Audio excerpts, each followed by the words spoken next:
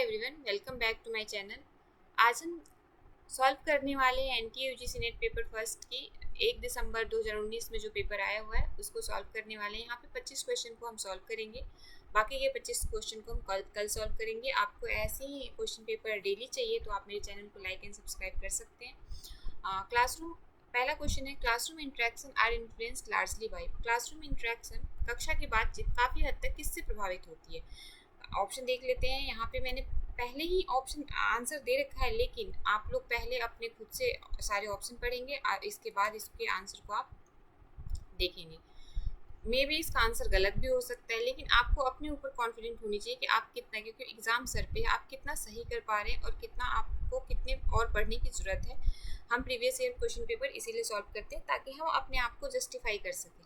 Classroom interaction are influence largely by. क्या teacher centric environment से influence होता है, या स्टूडेंट कमिटमेंट से, या ऑर्गेनाइजेशनल ओवरसाइट से, या अनसोलिक्टेड इंटरवेंशन से? तो सब इसका सही आंसर क्या होगा? क्लासरूम इंटरेक्शन जो होता है किससे सबसे ज़्यादा इन्फ्लुएंस होता है, किससे सबसे ज़्यादा प्रभावित होता है, वो होता है छात्र की प्रतिबद्धता से, यानी कि स्टूडेंट कमिटमेंट से। नेक्स्ट क्वेश्चन देखते हैं। A 50-year-old man had son whose age is 2/5 of his age. After how many the ratio of the age of the man of his son will be 5/3? इस question का answer आप जैसा कि देख सकते हैं, यहाँ पे 25 साल लिखा हुआ है, लेकिन हम इसको एक बार सॉल्व करके देखेंगे कि 25 साल आया कैसे, क्योंकि आप में से बहुत सारे स्टूडेंट मैथमेटिकल बैकग्राउंड से नहीं होंगे, तो उनके लिए थोड़ा सा डिफिकल्ट हो सकता है। यहाँ पे हम देखते हैं कि जो आदमी है उसका एज क्या है? 50 साल। आप इस बात के लिए मेरे को माफ़ करना, क्योंकि मैं सबसे पहले पेन टैब यूज़ करना से शुरू की हूँ, तो थोड़ी सी हेजिटेशन है अभी पेन टैब को यूज करने में भी देखते हैं किस तरीके से मैं इसको अच्छे से यूज कर पा रही हूँ। लेकिन हम इसको शुरू करते हैं, इस क्वेश्चन को सॉल्व करते हैं। आप उस पर ध्यान ना दें कि मैं कैसे लिख रही हूँ, आप इस पर ध्यान दें कि हमें समझना कैसे, पेपर कैसे क्लियर करना है। एक मैन है जिसकी मैन एज कितनी है? मैन एज है 50 ईयर्स। अब कह रहा है कि जो उसकी सन की एज है, सन एज जो है वो क्या है, कितना है? वो है उसके एज का 2/5। तो हम इसको कैसे लिखेंगे? 50 इंटू 2/5 लिख सकते हैं, या 2/5 इंटू 50। तो यहाँ पे हम क्रॉस करते हैं, 10 पंजे 50, और इसका जो सन का जो अभी करंट एज है वो कितना है? 20 ईयर्स। अब कह रहा है कि कितने वर्ष बाद उस आदमी की उम्र का उसके बेटे के अनुपात में 5/3 होगा। तो मान लो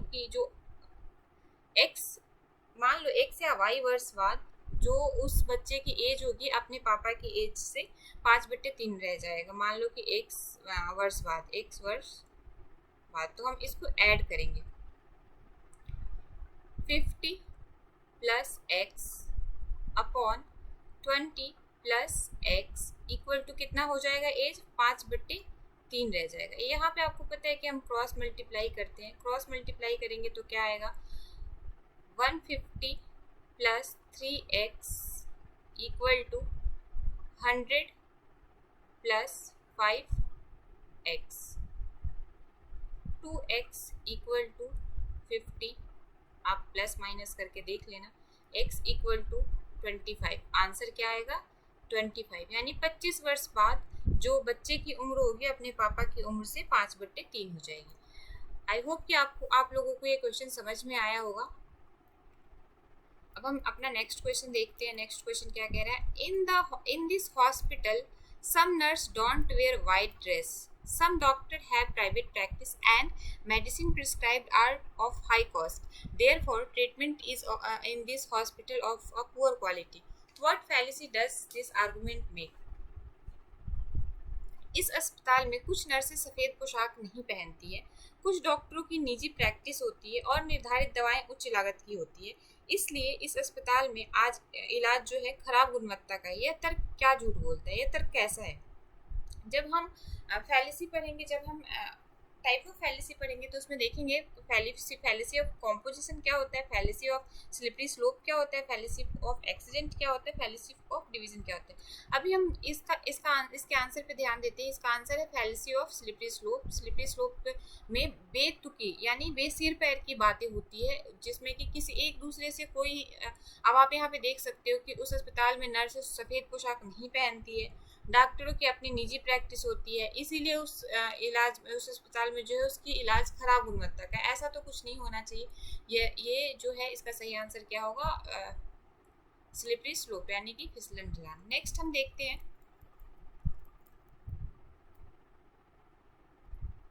Which of the following is true of with reference of अनुपलब्धि as a means of knowledge? अनुपलब्धि जो उपलब्ध ना हो, मतलब जिसको आप पहचानते नहीं हो, जिसको आप जानते नहीं हो, आपके लिए अनुपलब्ध है, मतलब वहाँ पे है नहीं। तो इसका मतलब इस सारे ऑप्शन ज्ञान के संसाधन के रूप में अनुपलब्धि के संदर्भ में निम्नलिखित में से कौन सा सत्य है? Do not recognise the pot on the table therefore it is absent. आपको पता ही नहीं है कि जो टेबल पे रखा हो उसको पॉट कहते हैं या बर्तन, उसे बर्तन कहते हैं। इसका मतलब कि वो वहाँ पे है ही नहीं। सीधे मेज पर बर्तन की अनुपस्थिति का अनुभव करें, नहीं, ये नहीं हो सकता। मेज पर बर्तन के ना होने का कारण का अनुमान लगाइए, क्योंकि वहाँ नहीं है, ऐसा भी नहीं होगा। इसका सही आंसर क्या होगा? मेज पे रखे बर्तन को आप नहीं पहचानते, इसलिए वह वहाँ पे अनुपस्थित है। इसका सही आंसर होगा ऑप्शन नंबर ये, अनुपलब्धि से का जो सही आंसर होगा option number 1।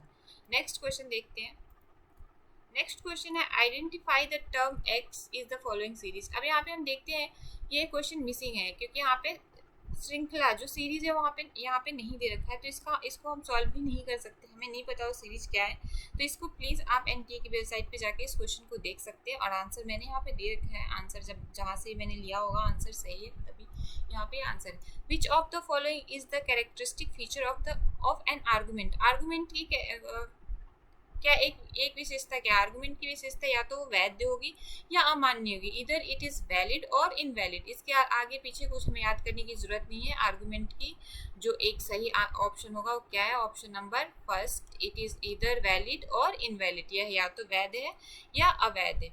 In which of the following steps of research the scope of creativity and imagination is utmost. किस में से सबसे ज्यादा अनुसंधान की किस प्रक्रिया में सबसे ज्यादा रचनात्मकता और कल्पना की गुंजाइश सबसे अधिक है? किस में सबसे ज्यादा है? आप देख सकते हैं यहाँ पे ऑप्शन है identifying the research problem and defining.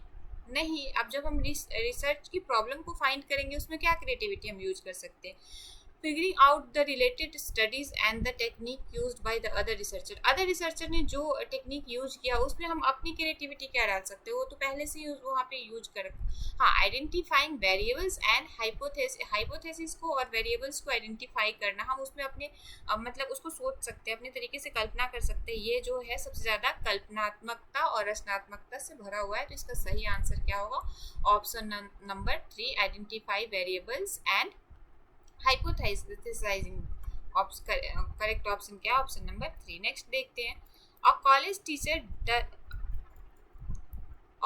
Teacher does research with view of depict the reality situation relating to home conditions of students and hostel provided for which of the following research format will be helpful to do this। देखो research पे कैसे कैसे question पूछते हैं। अगर हम देखते हैं, हमें पता है एक्सपेरिमेंटल रिसर्च क्या है, डिस्क्रिप्टिव रिसर्च क्या है, एथनोग्राफी रिसर्च क्या है, लेकिन ये कैसे, इस पे क्वेश्चन कैसे बनता है, एनटीए का मिजाज क्या होता है क्वेश्चन पूछने का, ये देख सकते हैं। कॉलेज शिक्षक छात्रों और छात्रावासों की घरेलू स्थितियों से संबंधित वास्तविकता की स्थितियों को दर्शाने के लिए शोध करता है। तो ऐसा शोध करने के लिए निम्नलिखित में से कौन सा शोध प्रारूप सहायक होगा?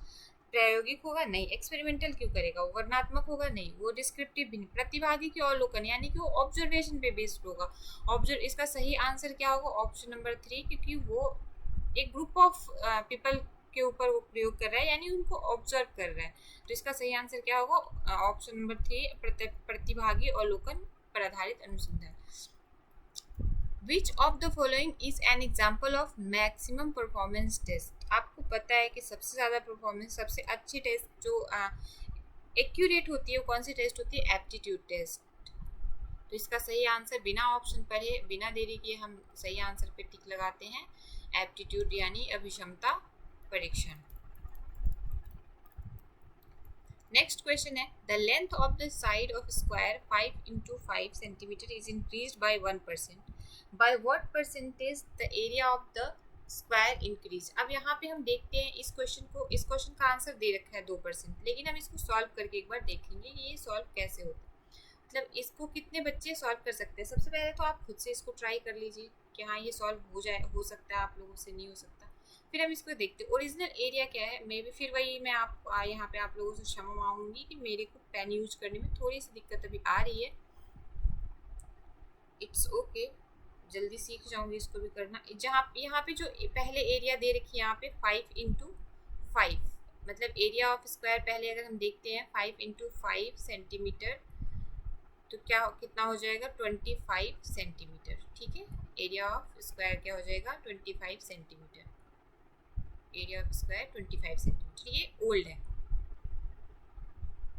अब कह रहा है बाई व्हाट परसेंट, 1% इंक्रीज कर देते हो। अगर इसमें हम 1% इंक्रीज कर देते हैं, एक नहीं इंक्रीज कर रहे, 1% इंक्रीज कर रहे हैं, इसको ध्यान देने की जरूरत है कि हम अगर इसको 1% इंक्रीज कर दे रहे हैं तो एरिया ऑफ नया एरिया ऑफ स्क्वायर क्या होगा। अगर 1% हम इसमें इंक्रीमेंट कर देते हैं तो न्यू जो एरिया होगा वो क्या होगा, न्यू एरिया हो जाएगा हमारा।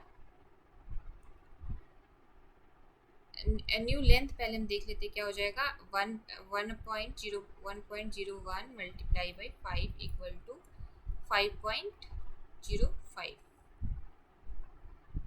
न्यू लेंथ एक साइड का ये हो जाएगा, तो न्यू एरिया क्या हो जाएगा, इसको हम स्क्वायर कर देंगे, हमारा न्यू एरिया निकल जाएगा 25.5025 सेंटीमीटर स्क्वायर।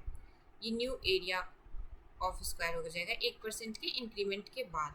अब हम क्या चेंजेस आए, मतलब पुराने एरिया और पुराने एरियाज में से नए एरिया में से हम पुराने एरिया को माइनस कर देंगे। 25.5025 माइनस 25, क्या आंसर आएगा 0.5025 सेंटीमीटर स्क्वायर। ये चेंज जो एरिया में चेंज आया है वो है change in area.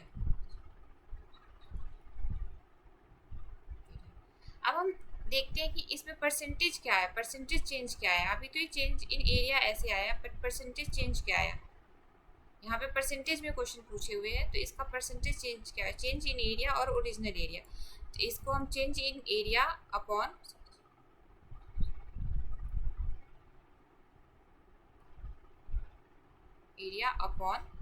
New area.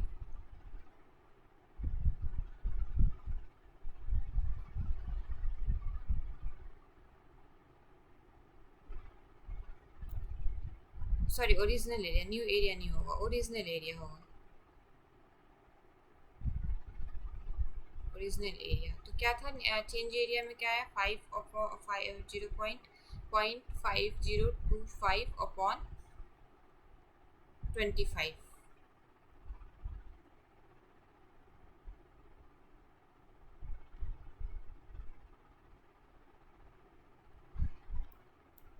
थोड़ा सा खिचपिच हो रहा है ये, क्योंकि जगह की और यूज करने में दिक्कत अभी भी आ रही है, लेकिन कोई नहीं, अब इसको सॉल्व करते हैं।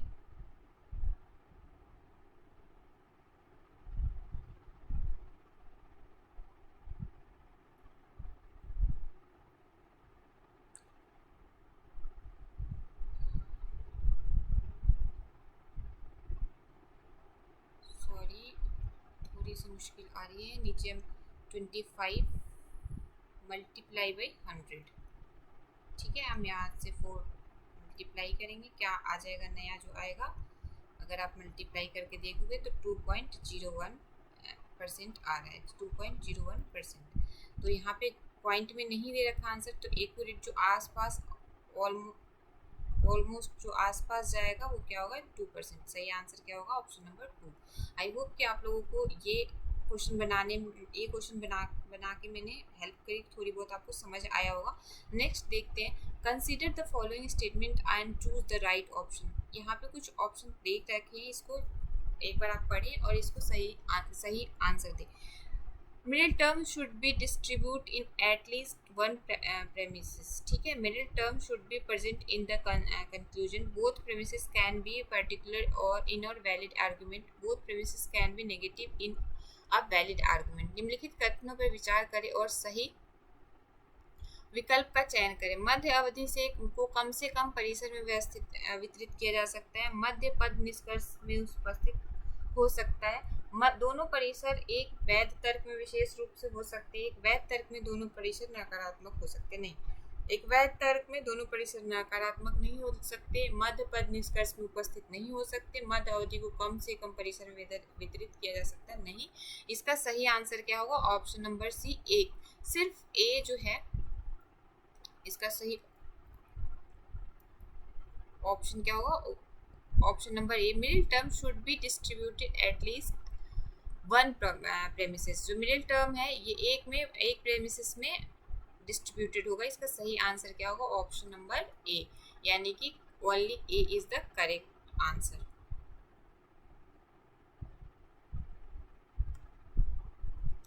नेक्स्ट देखते हैं।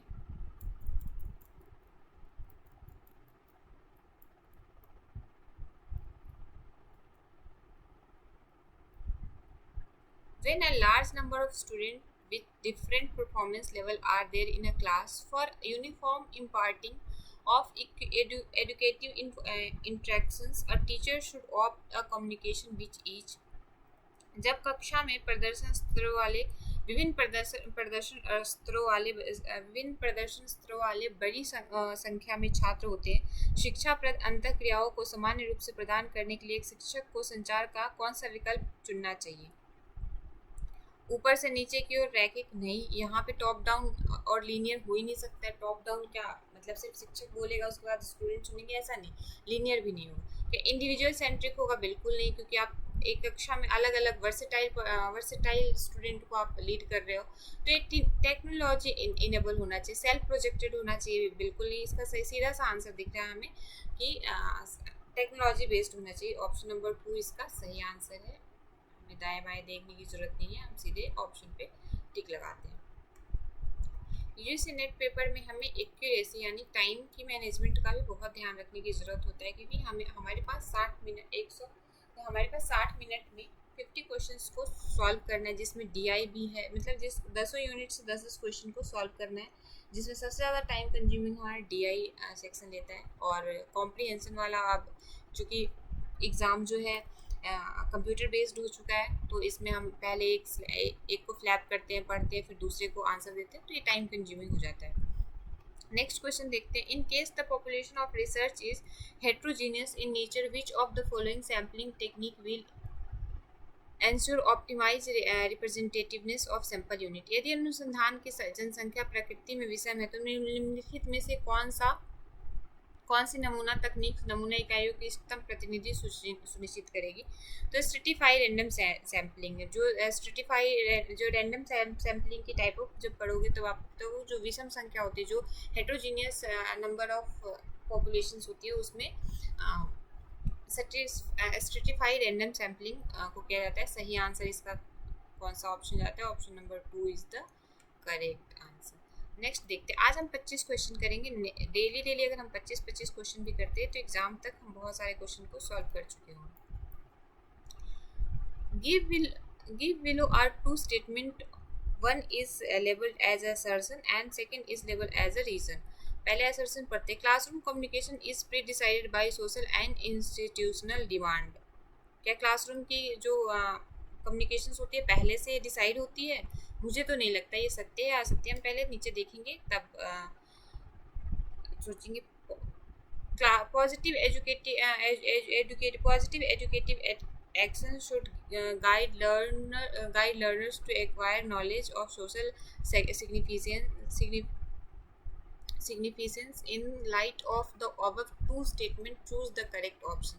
नीचे दिए गए दो कथनों में से जिसमें एक को अभिकथन और दूसरे को कारण के रूप में दिया गया है, सामाजिक और संस्थागत मांगों से कक्षा संचार पूर्व निर्धारित होता है। सामाजिक और संस्थागत मांगों से, हाँ, इसमें ये हम कह सकते हैं।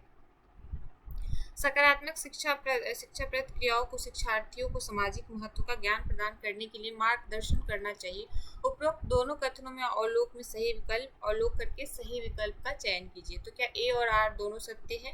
मतलब असर्शन और रीजन दोनों ही सत्य है, और ए जो है वो सही व्याख्या है। इसका सही ऑप्शन क्या होगा? Option number A is the correct one. Next देखते हैं। Person buys 3 items of 1500 each and 2 items of RS 1800 each formal shopping mall on the total bill of discount 10% is given. What is the average cost of item? ये मतलब mostly मुझे लगता है बच्चों को पता होगा कि हम कैसे हानि लाभ कैसे कैलकुलेट करते हैं। तो इसको मैं डायरेक्ट आपको आंसर बताती हूँ। इसका आंसर ऑप्शन नंबर 2 है। आप इसको एक बार खुद से कैलकुलेट करके देखना। अगर फिर भी नहीं आता, नेक्स्ट वीडियो में इसको ज़रूर सॉल्व करके बताऊँगी। The emphasis in memory level teaching is on which of the following? Memory level teaching में निम्नलिखित में से किस पर जोर दिया जाता है? मेमोरी लेवल में सबसे पहले हम देखते हैं रूट लर्निंग पे। हम ऑप्शन को डायरेक्ट नहीं वो करके ऑप्शन से देखते हैं। सबसे पहले रूट लर्निंग पे उस पर फोकस जरूर किया जाता है। Organisation of thoughts and ideas, ठीक है। Seeing of relationship among facts, systematic presentation of enable quick reproduction, ठीक है भाई। क्रिटिकल थिंकिंग नहीं, मेमोरी लेवल में क्रिटिकल थिंकिंग नहीं होती है, ठीक है। अब क्या कह रहा है उसके आगे, क्रिटिकल थिंकिंग बिल्कुल नहीं होती है। Mastery of concept, squaring of spacing of fact, ये सही है। और segregating one feature from another's, नहीं ये नहीं होगा। इसका सही आंसर क्या होगा? ए, सी और ई। क्वेश्चन विचारों के विचारों का संगठन, ठीक है। तथ्यों के बीच के संबंधों को देखना, नहीं। बच्चे जो मेमोरी लेवल के होते हैं वो संबंध, वो रिलेशन मतलब वो सिर्फ याद कर सकते हैं। सी क्या है? त्वरित पुनरुत्पादन को सक्षम करने के लिए पुनर्व्यवस्थित प्रस्तुतिकरण, हाँ। रोट लर्निंग को है। गंभीर सोच, बिल्कुल नहीं। क्रिटिकल तथ्यों के अवधारणा अनुक्रम की महारत, यानी ए, सी और ई इसका सही आंसर होगा। ऑप्शन नंबर ए और सी, ए, सी और ई क्वेश्चन ऑप्शन नंबर 2 में है, तो इसका सही आंसर क्या होगा? Option number 2। नेक्स्ट देखते हैं क्लासरूम कम्युनिकेशन इज, फिर क्लासरूम कम्युनिकेशन आ गया। इसके पहले भी शुरुआत भी उसी से हुई थी, फिर आ गया क्लासरूम इंटरेक्शन, क्लासरूम कम्युनिकेशन। सो हमें ध्यान देने की जरूरत है कि कितने like a computer program, dictatorial, purposeful और प्रैग्मेटिक। पर्पसफुल तो होगा ही होगा, ये आप लेके चलना। क्लासरूम कम्युनिकेशन एक पर्पसफुल ही होना चाहिए और प्रैग्मेटिक भी होना चाहिए, यानी कि मतलब आप व्यवहारिक डेली यूज में, या आप डेली उसको जिसको प्रैक्टिस में ला सकते हो, व्यवहारिक भी होना चाहिए। तो इसका सही आंसर क्या होगा? सी और D, option number 4 correct answer है इसका। नेक्स्ट वीडियो से मैं ऑप्शन सामने नहीं लिख के लाया करूँगी, ताकि आप लोग भी अपने माइंड का कुछ हिस्सा जो है यूज करें, ज़्यादा यूज करें, क्योंकि हमें सामने आंसर दिखने से एक ये हो जाता है कि हम ढूंढते नहीं, हम सीधे उसी ऑप्शन पे पहुंच जाते हैं। Which of the following teaching methods is are contribute of direct learning, इसमें से कौन सा टीचिंग मेथड जो है, कौन सी शिक्षण पद्धति जो है प्रत्यक्ष अधिगम में सहायक है, डायरेक्ट लर्निंग में सहायक है? देखते हैं। Team teaching and learning lecturing, नहीं। सिमुलेशन एंड रोल प्लेइंग, हाँ। रोल प्लेइंग आप कह सकते हो, ये रोल प्लेइंग डायरेक्ट लर्निंग में आता है। लेक्चर विद और without use of audio visuals, क्या आप लेक्चर को बिना ऑडियो और विजुअल के यूज के लेक्चर कर रहे हो? तो वो सही है? नहीं, ठीक है। नेक्स्ट देखते हैं। नेक्स्ट क्या, अभी ऊपर कैसे आ गया तुम?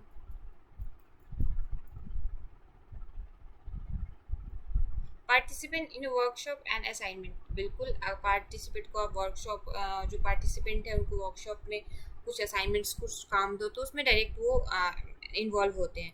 तो इसका सही आंसर क्या होगा? बी, डी और E. MOOCs and heuristic method, MOOCs massive open online course, इसका फुल फॉर्म होता है मूक्स का, ये आप याद रखना। इसका सही आंसर क्या होगा? Option number A, B, D और ई इसका करेक्ट आंसर होगा। नेक्स्ट देखते हैं।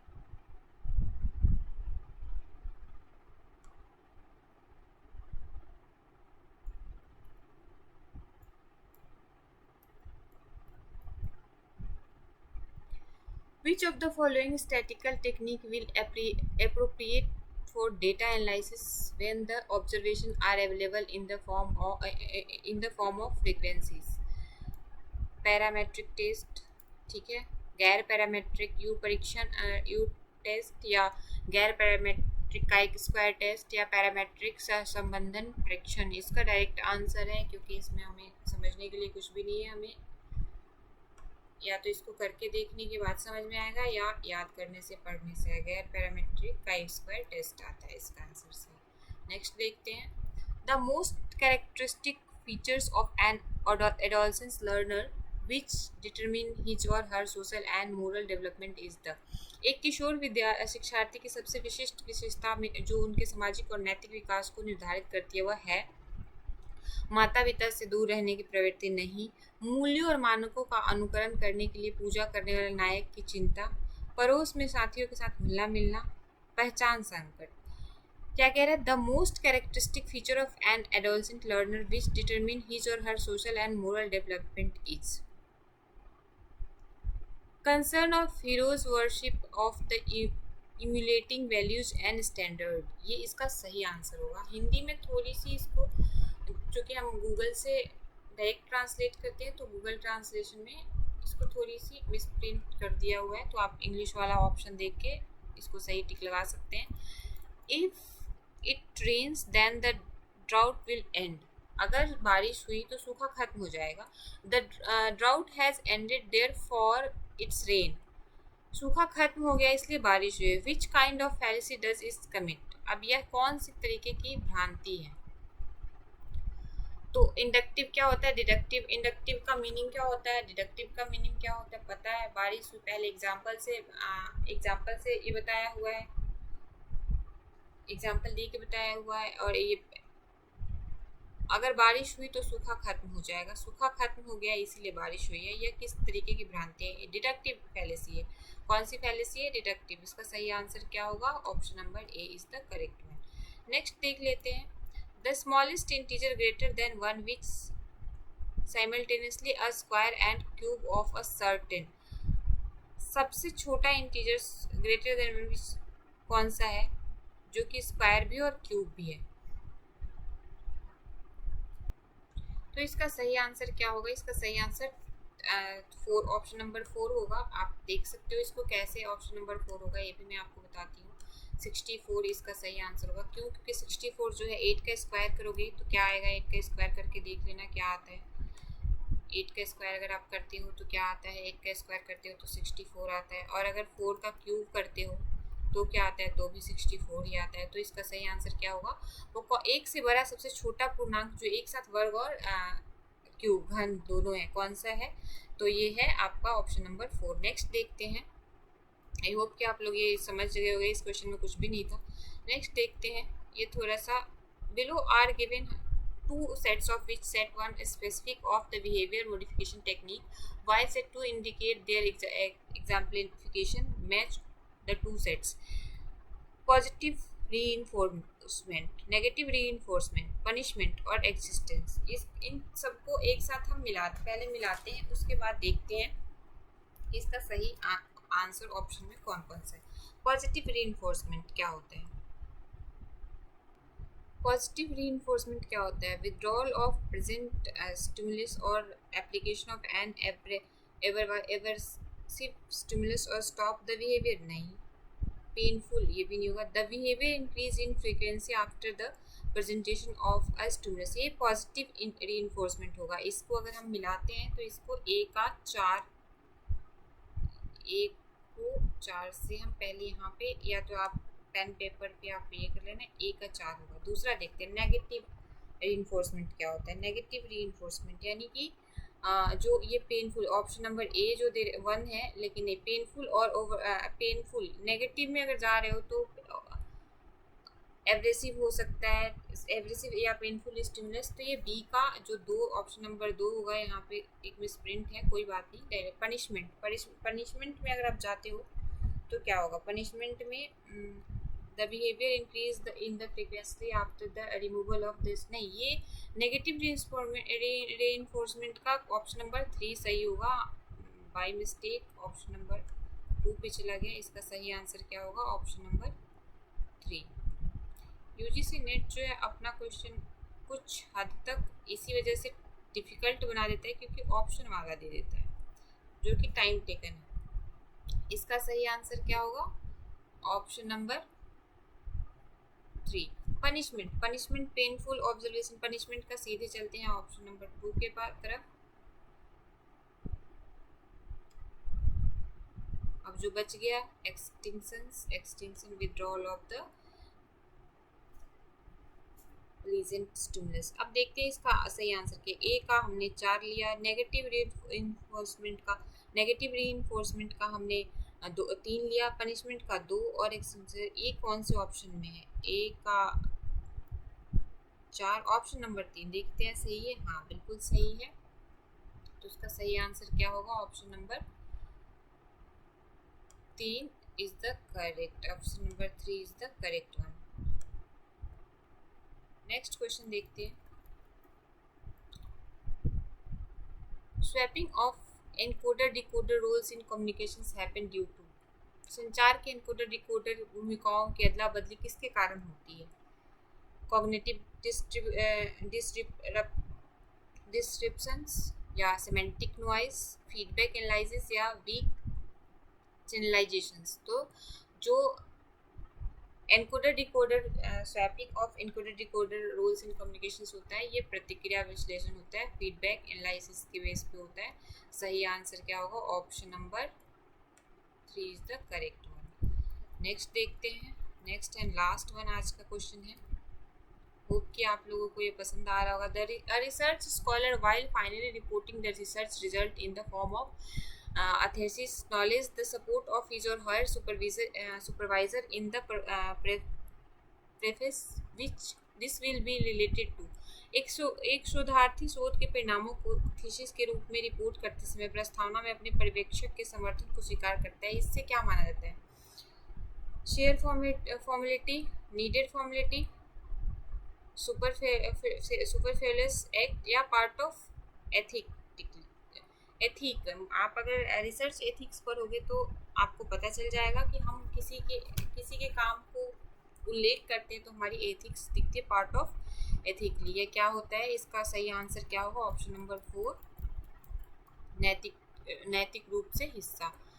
आई होप कि आप लोगों को ये क्वेश्चन आंसर सीरीज पसंद आएगा। आप लोग खुद से भी इसको करके देखेंगे, एक बार वीडियो को रीप्ले करके देख लेंगे, एक बार जो क्वेश्चन आप सॉल्व करने वाला है उसको सॉल्व जरूर करके देखें, वीडियो को पॉज करके खुद से सॉल्व करके देखने की कोशिश करें। हम डेली 25 क्वेश्चन की अपनी वीडियो सीरीज़ लेके आते रहेंगे। तब तक के लिए थैंक यू। अगर आपको ये वीडियो पसंद आए तो प्लीज़ लाइक सब्सक्राइब चैनल को ज़रूर करना और कमेंट में अपनी कीमती सुझाव को ज़रूर रखना। Thank you.